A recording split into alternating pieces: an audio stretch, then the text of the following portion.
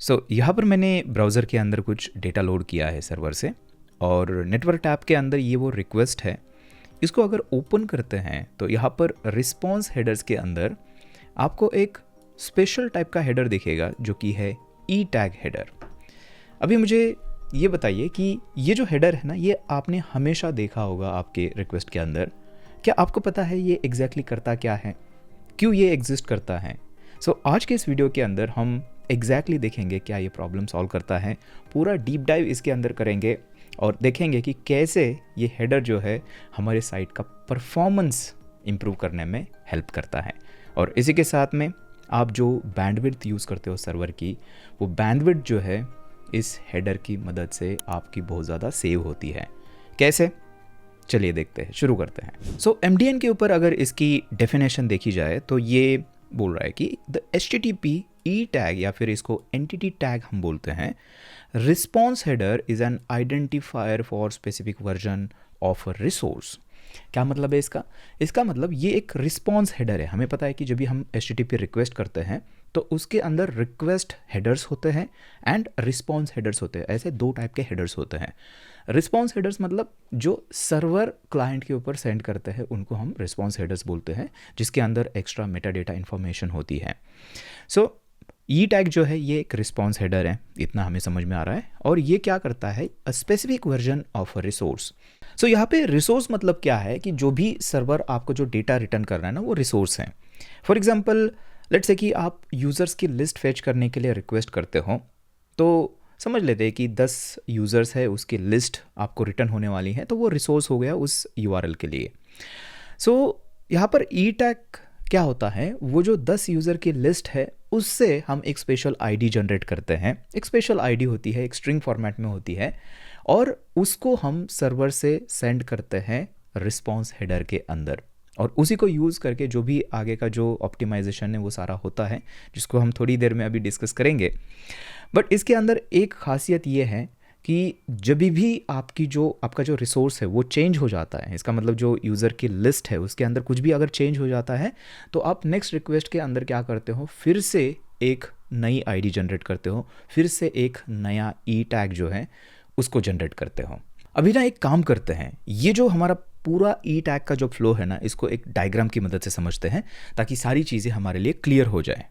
Let's say कि हमारे पास कुछ इस टाइप का सेटअप है, जहाँ पे हमारे पास क्लाइंट है, हमारे पास सर्वर है। Classic setup.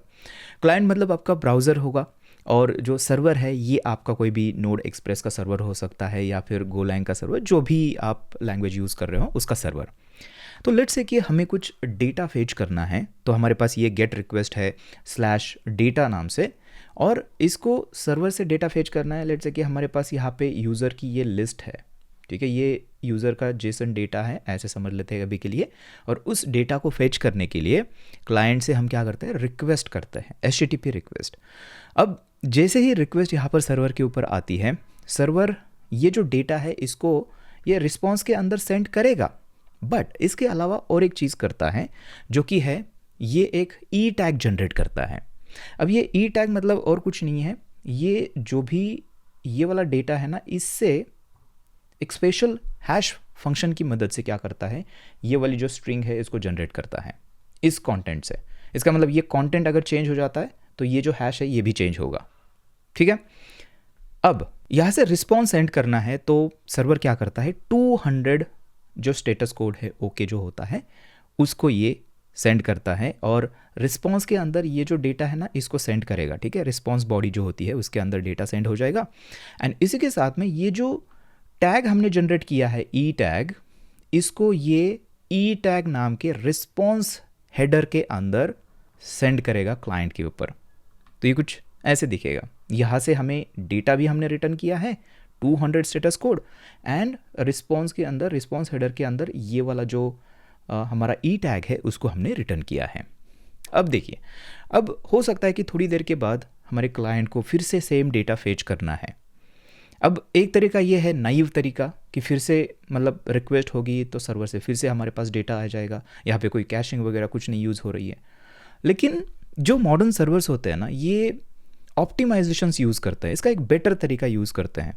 क्या करते हैं वो? लेट्स से कि हमें इस तरह से फिर से रिक्वेस्ट डेटा चाहिए, तो ये हमारे पास गेट रिक्वेस्ट है एंड यहाँ से ये रिक्वेस्ट सेंड हो जाती है सर्वर के ऊपर, डेटा फेच करना है, राइट। अब जैसे ही रिक्वेस्ट सेंड हो जाती है, लेकिन इसके अलावा और एक चीज़ होती है, जब ये रिक्वेस्ट जाती है ना, इसके अंदर क्लाइंट क्या करता है, एक रिक्वेस्ट हेडर ऐड करता है इफ़ नन मैच नाम का, और इसकी वैल्यू जो होती है ना वो एग्जैक्टली सेम ई टैग होता है जो प्रीवियस रिस्पॉन्स के अंदर हमें मिला था। अब यहाँ पर क्या हो जाता है, ये जैसे ही सर्वर के ऊपर पहुँच जाता है तो डेटा सेंड करने से पहले जो सर्वर है इस टैग को वैलिडेट करता है। अब वैलिडेट करना मतलब बहुत इजी है। क्या करता है ये जो डेटा है हमारे पास, लेट्स से कि ये डेटा यहाँ पे लेके आया मैं, सेम डेटा है ना, 10 यूज़र की जो लिस्ट है, इससे क्या करता है, ये इसको देखता है कि इसकी अगर ई टैग फिर से बनाया जाए तो क्या ये इससे मैच हो रहा है। अगर ये दोनों डेटा अगर सेम है तो सेम जो स्ट्रिंग है वो बनेगी, राइट। और यहाँ से हेडर के अंदर हम यही बोल रहे हैं कि इफ़ नन मैच, अगर ये जो ई टैग है वो अगर नए कंटेंट के ई टैग से मैच नहीं होता है तभी हमें फ्रेश डेटा देना, इसका ये मतलब है। फिर से सुनना, अगर ये जो ई टैग हम सेंड कर रहे हैं, ये अगर जो भी डेटा हमें रिटर्न होने वाला है उसके ई टैग से अगर मैच नहीं हो रहा है तो हमें ये फ्रेश वाला डेटा फिर से देना। क्यों करना है ऐसे, मैच नहीं हो रहा है इसका मतलब क्या है कि ये डेटा चेंज हो चुका है, तो यहाँ पे हमें डेटा चाहिए फ्रेश वाला, इसलिए फिर से सेंड करना होगा। ओके, अभी जो ई टैग है वो वैलिडेट हम करते हैं, तो यहाँ पे हमारे पास 2 पॉसिबिलिटीज़ हो सकती हैं। तो एक पॉसिबिलिटी ये हो सकती है कि जो टैग है वो मैच हो जाता है, और दूसरी हो सकती है कि मैच नहीं होता है। टैग मैच हो रहा है इसका मतलब कंटेंट जो है अभी भी सेम है, दोनों कंटेंट जो रिटर्न होने वाला है। अगर ऐसी केस होती है, मैच हो जाता है, तो यहाँ से हम क्या करते हैं, सर्वर क्या करता है, 304, ये एक HTTP स्टेटस कोड है, इसका मतलब होता है नॉट मॉडिफाइड।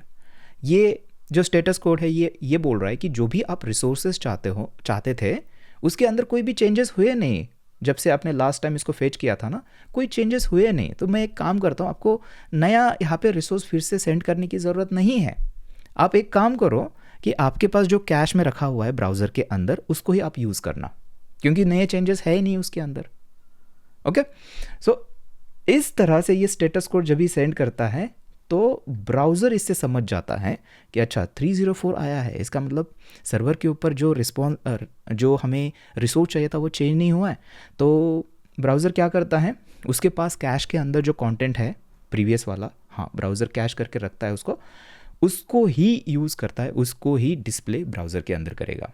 ओके, अब इससे एक फ़ायदा हुआ है, एक नहीं 2 फ़ायदे हुए। देखिए, एक फ़ायदा ये हुआ है कि यहाँ से हमने कोई डेटा जो है जेसन अभी सेंड ही नहीं किया, तो इससे क्या हुआ, बैंडविड्थ, सर्वर की जो बैंडविड्थ है वो सेव यहाँ पर हो गई। बैंडविड्थ बहुत महंगी होती है, हम जो क्लाउड प्रोवाइडर्स होते हैं उनको बैंडविड्थ के लिए पैसा पे करते हैं, तो ये एक हो गया। दूसरी चीज़ ये हो गई कि अगर कोई डेटा हम यहाँ से ट्रांसफ़र नहीं कर रहे, इसका मतलब जो आपका रिस्पॉन्स है जल्दी से एंड हो जाएगा। कोई डेटा सेंड नहीं कर रहे हैं हम, बस हेडर जो जा रहे हैं उतना ही है, मेन पेलोड तो हम सेंड नहीं कर रहे हैं, तो आपकी रिक्वेस्ट जो है ना वो बहुत जल्दी से एंड हो जाती है और यूज़र को बहुत जल्दी आपका डेटा जो है, कैश डेटा, वो ब्राउज़र के अंदर दिखेगा। ओके, सो इससे परफॉर्मेंस जो है आपके वेबसाइट की वो इम्प्रूव हो जाती है। अब लेट्स से कि टैग वैलिडेट करने में वैलिडेट हुआ नहीं, इसका मतलब क्या है कि टैग मैच नहीं हुआ है, और टैग मैच नहीं हुआ इसका मतलब ये जो कंटेंट है ये चेंज हुआ है, शायद इसके अंदर कोई यूज़र को किसी ने अपडेट किया हुआ है, तो वो ये वाला नहीं है क्योंकि उसका टैग जो है दोनों का मैच नहीं हुआ। तो इस केस में सर्वर क्या करेगा, एक नया ई टैग जनरेट करेगा, नए कंटेंट, जो नया ये वाला जो है ना, नया यूज़र डेटा, उससे ये वाला एक नया टैग जो है वो जनरेट करेगा, और फिर बिल्कुल उसी तरह से 200 स्टेटस कोड एंड हेडर के अंदर जो नया वाला जो ई टैग है उसको ये रिटर्न करेगा क्लाइंट के ऊपर, और क्लाइंट फिर क्या करेगा, ये लूप में चलता रहेगा। नेक्स्ट टाइम कभी डेटा चाहिए होगा तो एग्जैक्टली उसी तरह से ये जो हेडर है इसके अंदर, रिक्वेस्ट के अंदर ये नया वाला ई टैग भेजेगा, और सर्वर यहाँ पे चेक करेगा, अगर मैच होता है तो 304, डेटा सेंड करने की ज़रूरत नहीं, कुछ चेंज नहीं हुआ। अगर मैच नहीं हुआ है इसका मतलब डेटा चेंज हुआ है, तभी ये जो यूज़र है डेटा रिस्पॉन्स पेलोड के अंदर सेंड किया जाता है। ओके, सो इस तरह से ये जो सारा फ्लो है ये काम करता है। अभी ये जो ई टैग है ना, इसको स्पेशल तरीके से कंस्ट्रक्ट किया जाता है सर्वर के ऊपर। तो यहाँ पर जो आप देख रहे हो ये टिपिकल जो ई टैग है कुछ ऐसे दिखता है। अब ये जो स्ट्रिंग आपको दिख रही है ना, इसके अंदर एक्चुअली 3 पार्ट्स होते हैं। तो ये कलर्स के अंदर आप देखोगे येलो वाला एक पार्ट है, यहाँ पे ये ग्रीन वाला एक है और ये वाला एक पार्ट है। अब ये हर एक पार्ट जो होता है ना, इसका अलग अलग मतलब होता है। तो इसके अंदर जो पहला पार्ट है ये एक्चुअली जो है ना W, ये क्या है, इसको हम बोलते हैं वीक ई टैग प्रीफिक्स। क्या मतलब है इसका? देखिए ई टैग जो होते हैं ना उसके 2 टाइप्स होते हैं, एक होता है वीक टैग और दूसरा होता है स्ट्रॉन्ग। अब इनका जो डिफरेंस है ये बहुत ही सिंपल है। देखिए वीक टैग मतलब क्या होता है कि लेट्स से कि आपके पास 2 रिसोर्सेज हैं, 10-10 यूज़र की लिस्ट है। अब वीक टैग जब भी हम यूज़ करते हैं तो उसके अंदर ये सेमेंटिकली उसका जो डिफरेंस है उसको चेक करता है। फॉर एग्जांपल अगर आपके डेटा के अंदर कोई ऐसा एक आधा फील्ड है, कोई डेट हो सकती है जो हर एक रिस्पॉन्स के अंदर चेंज होती ही होती है, ये हमें पता है। अगर ऐसी चीज़ है तो ये इसको माफ़ कर देता है, मतलब उसको ऐसे समझता है कि ये दोनों जो रिसोर्सेस हैं वो सेम है। वीक तरीके से ये इसका जो कंपैरिजन है वो करता है, क्योंकि हमें पता है कि बाकी के फील्ड्स तो चेंज नहीं हुए, ये एक डेट फील्ड है वो हर रिस्पॉन्स में चेंज होता है, तो उसको दोनों रिसोर्सेस को अलग नहीं समझता ये होता है वीक ई टैग। अब इसके अंदर जो दूसरा ई टैग है वो है स्ट्रॉन्ग ई टैग। अब स्ट्रॉन्ग ई टैग क्या होता है, बाइट फॉर बाइट कंपैरिजन होता है। उसके अंदर अगर एक भी बाइट चेंज हो जाता है तो वो समझ लेता है कि हाँ ये रिसोर्स जो है वो चेंज हो चुका है। ओके, सो मेजॉरिटी टाइम जब भी हम यूज़ करते हैं ई टैग तो उस वहाँ पर हम ये जो वीक ई टैग है उसको यूज़ करते हैं। अभी यहाँ पे जो नेक्स्ट वाला पार्ट है ना, इसको हम बोलते हैं कंटेंट लेंथ। अब ये कंटेंट लेंथ मतलब क्या है कि जो हम यूज़र की लिस्ट सेंड करने वाले थे उसकी लेंथ कितनी है, कितने बाइट का वो कंटेंट है। फॉर एग्जांपल यहाँ पर ये जो आपको 4FA दिख रहा है ना, ये एक्चुअली हेक्साडेसिमल कन्वर्जन है 1274 बाइट्स का। सो हमारा डेटा जो है 1274 बाइट्स का डेटा है, जिसकी जो लेंथ है बेसिकली जो रिटर्न करने वाले है यूज़र की लिस्ट, और उसको हमने हेक्साडेसिमल के अंदर कन्वर्ट किया है। हेक्साडेसिमल जो है वो थोड़ा सा कम स्पेस लेते हैं, इसकी वजह से इसको कन्वर्ट किया है, और वो नंबर यहाँ पर एग्जैक्टली हम सेंड करते हैं ई टैग के अंदर। अभी ये जो फॉर्मेट है ना यहाँ पे इस तरह से कंटेंट लेंथ जो ऐड की है, तो ये एक्चुअली Express.js ये करता है। ये Express.js स्पेसिफिक है। अलग अलग सर्वर इम्प्लीमेंटेशन जो है वो अलग अलग तरीके का जो फॉर्मेट है वो यूज़ करते हैं। ये जो है ये सेम है, ये स्टैंडर्ड है, ये होना चाहिए आपका स्पेसिफिकेशन के अंदर, ये मेंशन किया गया है। और ये जो हैश है ये चेंज हो सकता है, इसका फॉर्मेट चेंज हो सकता है, इसका एल्गोरिथम चेंज हो सकता है। आप चाहो तो यहाँ पे कोडर्स ज्ञान लिख सकते हो इसके अंदर, ये जस्ट हेडर है, कोई भी स्ट्रिंग आप लिख सकते हो। ये जो कंटेंट यहाँ पे जो ऐड किया है ना, ये इसलिए ऐड किया है कि यहाँ पे थोड़ा सा ऑप्टिमाइजेशन हो जाए। याद है हमने डिस्कस किया था कि जब भी रिक्वेस्ट सर्वर के ऊपर जाती है तो सर्वर को क्या करना पड़ता है, जो पुराना वाला ई टैग है उसको कंपेयर करना पड़ता है कंटेंट के नए ई टैग से। तो सर्वर के ऊपर क्या करना पड़ेगा उसको, सबसे पहले तो वो जो कंटेंट है उसका एक नया ई टैग बनाना पड़ेगा और फिर दोनों ई टैग को कंपैरिजन करना पड़ेगा। तो इसके अंदर ना बहुत ज़्यादा CPU रिसोर्सेज जो है वो लग जाते हैं। तो उसका एक्चुअली ऑप्टिमाइजेशन ये है कि हम यहाँ पे एक जो सेक्शन है, जो पार्ट है, उसके अंदर उस कंटेंट की लेंथ हम सेंड करते हैं। तो ई टैग को वैलिडेट करने के टाइम हमें पूरा पहले से इसको जनरेट करने की ज़रूरत नहीं है। सबसे पहले तो हम जो कंटेंट की लेंथ है उसको चेक करते हैं। अगर कंटेंट की लेंथ अगर चेंज हुई है तो आगे बाकी का कंपैरिजन करने की ज़रूरत भी नहीं है। और ये कंटेंट की लेंथ जस्ट इफ़ लगा के हमें चेक करनी पड़ती है, ज़्यादा ये रिसोर्स कंज्यूम नहीं करता है। तो ये एक छोटा सा ऑप्टिमाइजेशन है जो कि सर्वर के ऊपर किया जाता है। उसके लिए ये जो कंटेंट लेंथ वाला जो पार्ट है यहाँ पे एग्जिस्ट करता है। उसके बाद ये जो नेक्स्ट बचा वाला जो पोर्शन है, अभी ये जो पार्ट है ना, ये एक्चुअली आपका जो कंटेंट है उसकी हैश है। तो हम क्या करते हैं, हम कंटेंट मतलब रिसोर्स की बात कर रहा हूँ, जो यूज़र की लिस्ट है, जेसन जो हमारा डेटा है, तो उसको हम क्या करते हैं, SHA-1 जो हैश फंक्शन है उसको हम पास करते हैं। और ये जो फंक्शन है ये बेसिकली हमें एक स्ट्रिंग हैश जनरेट करके देती है जो कि बड़ी होती है। लेकिन हम क्या करते हैं, इसको थोड़ा सा कॉम्पैक्ट रखने के लिए हम पहले 27 कैरेक्टर्स जो है उसको ही बस हम ले लेते हैं, बाकी के इग्नोर कर देते हैं। अब SHA फंक्शन इसलिए हम यूज़ कर रहे हैं क्योंकि हमें क्या करना है, एक कंटेंट के लिए यूनिक हैश जनरेट करनी होती है। लेट्स से कि हमारे पास ये वाला जेसन डेटा है, तो इससे हम ये जो फंक्शन है ये रन करेंगे और इससे हमें एक ऐसी स्ट्रिंग बन जाएगी। तो नेक्स्ट टाइम अगर सेम डेटा से हम फिर से अगर हैश करते हैं तो आपके पास सेम स्ट्रिंग जो है वो बन जाएगी। और इसकी मदद से ही तो वो जो कंपैरिजन होता है ना, इससे ही पता चलता है कि कंटेंट चेंज हुआ है कि नहीं हुआ है। ओके, सो ये वो स्ट्रिंग है, वो ये एक्चुअली वो हैश है आपके कंटेंट की। तो यहाँ पर चीज़ें बहुत क्लियर हैं। इस तरह से हमारा जो ई टैग होता है ये दिखता है, और कंपैरिजन कैसे होता है ये अभी हमने देख लिया। इस हैश को जस्ट हम कंपेयर करके देखते हैं, अगर ये हैश मैच नहीं हो रही है इसका मतलब कंटेंट हमारा चेंज हुआ है, और कंटेंट चेंज हुआ है तो फ्रेश कंटेंट फिर से 200 स्टेटस कोड के साथ भेजा जाता है। अगर नहीं हुआ है 304 जो स्टेटस कोड है नॉट मॉडिफाइड उसको सेंड किया जाता है, और फिर ब्राउज़र क्या करता है, अपना जो कैस्ट वर्जन है उसको यूज़ करता है। ओके, अभी एक काम करते हैं, इसका ना डेमो देखते हैं। मैं ब्राउज़र के अंदर आपको लेके चलता हूँ और देखते हैं कि प्रैक्टिस में ये ई टैग काम कैसे करता है। यहाँ पर मैंने एक बहुत ही सिंपल एक्सप्रेस.js का एप्लीकेशन बनाया है, और यहाँ पे ये एंड पॉइंट आप देख सकते हो /data, ये एक गेट रिक्वेस्ट होगी। एंड यहाँ पे जैसे ही रिक्वेस्ट आती है तो हम एक data.json फाइल मेरे पास है जहाँ पर पूरी यूज़र की लिस्ट जो है वो रखी हुई है। ये वो फाइल है data.json, इसके अंदर सारे जो हमारे यूज़र्स हैं, और इसको ही हम क्या कर रहे हैं, यहाँ से रीड कर रहे हैं फाइल से, एंड इसको हम क्लाइंट के ऊपर रिटर्न कर रहे हैं। और हमारा एप्लीकेशन जो है ये पोर्ट 4000 के ऊपर रन हो रहा है। अभी अगर ब्राउज़र के अंदर देखते हैं तो ये देखिए यहाँ पे डेटा जो है ये आपका लोड हो रहा है, और ब्राउज़र के अंदर जो भी जेसन डेटा है वो आपको यहाँ पर दिखेगा। अब देखना, यहाँ पे मैं एक काम करता हूँ, यहाँ पे रिफ़्रेश करता हूँ। तो जैसे ही रिफ़्रेश करते हैं तो आप यहाँ पर देखोगे जो है यहाँ पे 200 स्टेटस कोड आपको दिखेगा, और इसको अगर ओपन करते हैं तो इसके अंदर रिस्पॉन्स के अंदर वो जो जेसन डेटा है वो आपको दिखेगा। अब हेडर्स टैब के अंदर अगर देखेंगे तो यहाँ पर देखना दो चीज़ें। सबसे पहले हमने जैसे फ्लो के अंदर देखा था 200 ओके यहाँ पर दिख रहा है जो कि सही है, एंड उसके बाद यहाँ पे ई टैग आपको दिखेगा, स्पेशल जो हेडर है हमारा रिस्पॉन्स हेडर है, देखना यहाँ पे, और ये ई टैग यहाँ पर हमारे लिए जनरेट हुआ है। अब ये हमने एक्सप्रेस.js को बोला है जनरेट करने के लिए, नहीं बोला है। बाय डिफ़ॉल्ट एक्सप्रेस.js जो है बिहाइंड द सीन हमारे लिए ये जो ई टैग है उसको जनरेट करता है, उसको चेक भी करता है, ठीक है।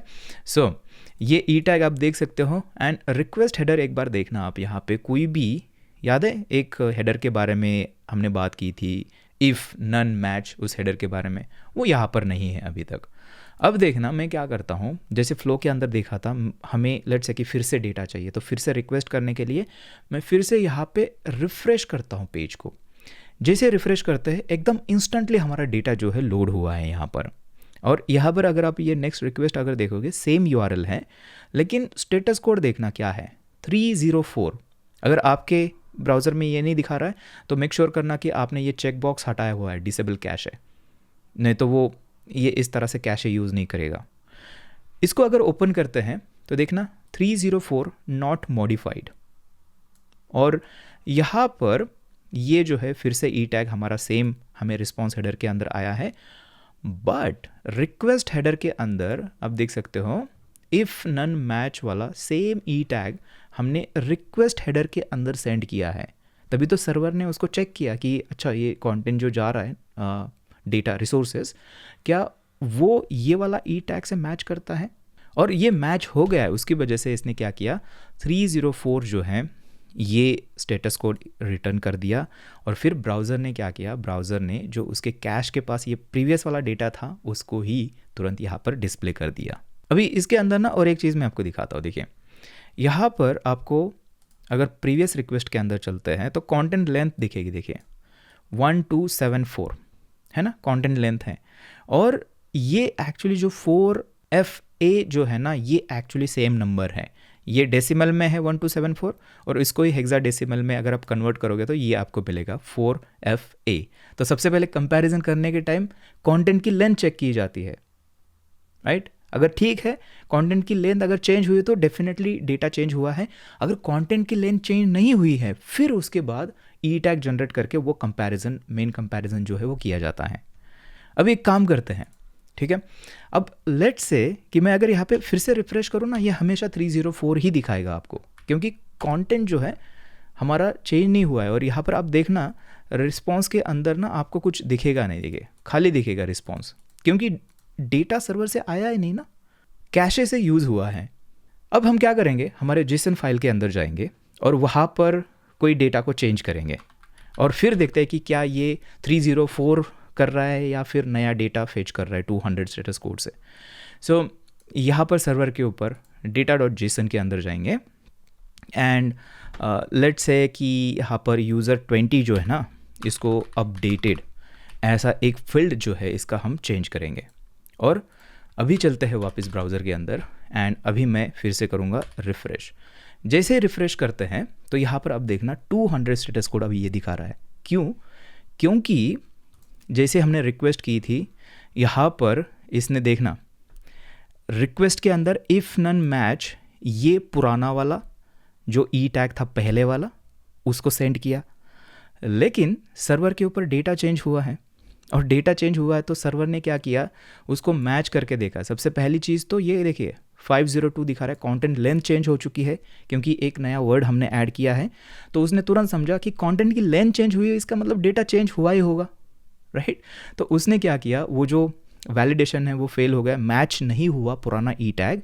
उसकी वजह से सर्वर ने क्या किया, नया ई टैग बना के अभी भेजा, और जो कंटेंट है वो भी फ्रेश वाला भेजा, जिसके अंदर आप यहाँ पर लास्ट वाले में देखोगे यूज़र 20 अपडेटेड जो है वो भी है, राइट। सो इस तरह से ये जो ई टैग है वो काम करता है। इससे एक मेन फ़ायदा हमें ये होता है कि आपकी सर्वर की जो बैंडविड्थ है वो सेव इससे होती है, क्योंकि डेटा चेंज नहीं हुआ तो उसको नेटवर्क के ऊपर ट्रांसफ़र ही क्यों करना है, राइट।